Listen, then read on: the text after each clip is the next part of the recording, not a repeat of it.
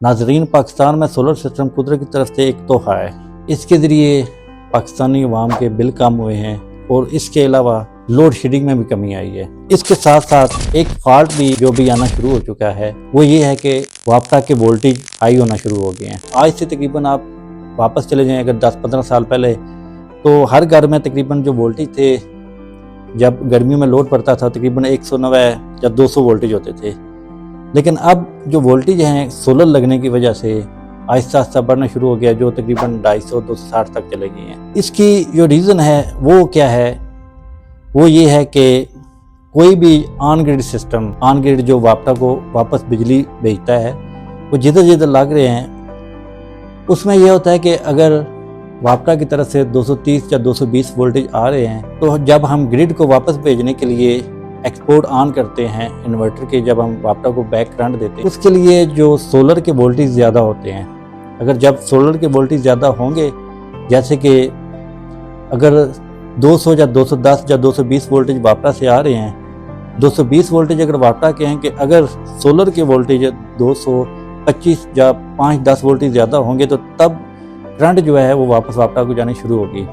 अगर वो जो बराबर हैं या फिर सोलर की वोल्टेज कम है, फिर वो वापटा को वापस करंट नहीं देगा। तो जैसे ही इन्वर्टर को 230 वोल्टेज मिलते हैं, तो इन्वर्टर अपने वोल्टेज थोड़े से बढ़ा देता है, 5 या 10 वोल्टेज वो बढ़ाता है। जैसे कि अगर 230 आ रहे हैं तो वापस देना शुरू कर देगा, 240 होंगे तो फिर जो वापटा को वोल्टेज वापस जाएंगे। तो इस तरह एक और मैं मिसाल आपको देता हूँ जिसकी जगह आपको पता चलेगा कि ये वोल्टेज क्यों ज़्यादा हो रहे हैं। तो जैसे कि एक ट्रांसफार्मर है, एक मोहल्ले में लगा हुआ है, उसके आगे अगर 10 घरों में सोलर लगे हुए हैं या 5 घरों में सोलर लगे हुए, तो पहले घर में अगर ट्रांसफार्मर के साथ जो पहला घर हम अटैच करते हैं, अगर ट्रांसफार्मर से 220 वोल्टेज आ रहे हैं, तो जैसे ही पहले घर के वोल्टेज वापस जाएंगे वापटा को, जब पहले घर का सोलर ऑन होगा, ग्रिड वोल्टेज हम ऑन करेंगे, तो ज़ाहिर है अगर पीछे से 220 आ रहे हैं तो ये अपने बढ़ा के 225 करेगा या 230 कर देगा। फिर इधर 230 हो गए, अगले घर का जब जैसे ही सोलर ऑन होगा तो 10 वोल्टेज उसके भी बढ़ेंगे। इस तरह करते करते जैसे 5 या 10 घर में वोल्टेज जब बढ़ जाएंगे, तो ये 250 और 260 पर चला जाएगा। अगर 260 वोल्टेज होते हैं, इसकी अभी जो नुकसानात हो रहे हैं, वो सबसे पहले तो ये हो रहा है नुकसान के जो घरों में कुछ चीज़ें हैं जो 230 या 220 वोल्टेज पे काम करती हैं, अगर उनको 260 वोल्टेज मिलेंगे, जैसे AC की किट होगी,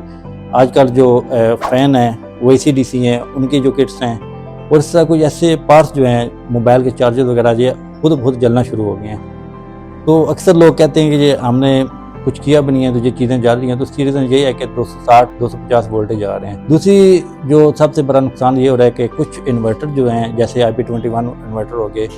उनके जो स्पेयर पार्ट, उसमें जो पार्ट्स लगे हुए हैं, वो सिर्फ लगे इसके लिए हैं कि उसमें 230 के ऊपर काम करें या 220 के ऊपर काम करें। और जब उनको 250 वोल्टेज या 260 वोल्टेज मिलते हैं, तो वो जो है वो उड़ना शुरू हो गया, इन्वर्टर जलना शुरू हो गए हैं। इसके अलावा कुछ इन्वर्टर जो हमारे मार्केट में है, वो काम करते हैं 240 या 250 तक। जब उसको वोल्टेज ज़्यादा मिलते हैं तो वो ग्रिड लेना छोड़ देता है, यानी ग्रिड बंद करा देता है। हैवी लोड की जो चीज़ें हैं वो ऑटोमेटिक बंद हो जाती हैं, यानी कि इन्वर्टर वो करंट लेना छोड़ देता है। इसकी वजह से इन्वर्टर ट्रिप होते हैं, फॉल्ट आते हैं, जिसके ज़रिए पूरा दिन जो है लोग ग्रिड को वोल्टेज नहीं दे सकते, ना ही वापटा को बिजली भेज सकते हैं। पूरा दिन सिस्टम बंद पड़ा रहता है, क्योंकि 260 से ऊपर वोल्टेज होते हैं तो इन्वर्टर जो है वो ऑन ही नहीं होता। अगर हम इसको चेक करते हैं कि इसको किस तरह के ऑन किया जा सकता है, तो एक जो बात है अभी आपके सामने मैं बताता हूँ कि अगर आप चेक करें कि वापटा को जो बैक करंट हम दे रहे हैं वो कितने वाट ऑन है। अगर हम देखते हैं कि हमारा इन्वर्टर 8 किलोवाट है, 8 किलोवाट मुकम्मल सिस्टम ऑन है और वापटा को 8 किलोवाट हम दे रहे हैं, तो जैसे जैसे आप देखेंगे कि अगर 3000 वाट जाता है, फिर 4000 वाट आते हैं, जैसे जैसे करंट बढ़ती जाती है वापटा के वोल्टेज ज़्यादा होना शुरू हो जाते हैं। तो जिस जगह से आप देखते हैं कि आपके वोल्टेज इतने ज़्यादा हो गए हैं कि जिस जगह पर इन्वर्टर आपका कट ऑफ करता है, यानी कि वापटा से जो वोल्टेज हैं, जब वापटा करंट जब रोक देता है, उस जगह से आप देख लें कि इतने वाट तक जब जाए, तो अगर करंट को रोक देता है तो उस वाट से नीचे आप जो ग्रिड फिटिंग है वो ऑन करें। अगर जैसे कि IP65 इन्वर्टर या IP66 इन्वर्टर है, जब उसके आप वाट ऑन करते हैं तो आप चेक करेंगे उस सिस्टम में जाके कि अगर वो 8000 वाट है, तो अगर आप 4000 वाट से ऊपर जो वोल्टेज बनना शुरू हो जाते हैं, तो आप उसकी सिर्फ एक्सपोर्ट जो 4000 ऑन कर दें। बस यही एक तरीका है जिसकी वजह से आप इन्वर्टर मुकम्मल ऑन कर सकते हैं। इसके अलावा जो है, क्योंकि पूरा दिन वो इन्वर्टर बंद रहेगा, अगर आपका सोलर जो है फुल एफिशिएंसी देता है और इससे आप मुकम्मल पूरा दिन जो है उसके फ़ायदा नहीं उठा सकते हैं, तो बेहतर यह है कि आप उसके कुछ वाट कम करके पूरा दिन आप इन्वर्टर अपना ऑन कर सकते हैं।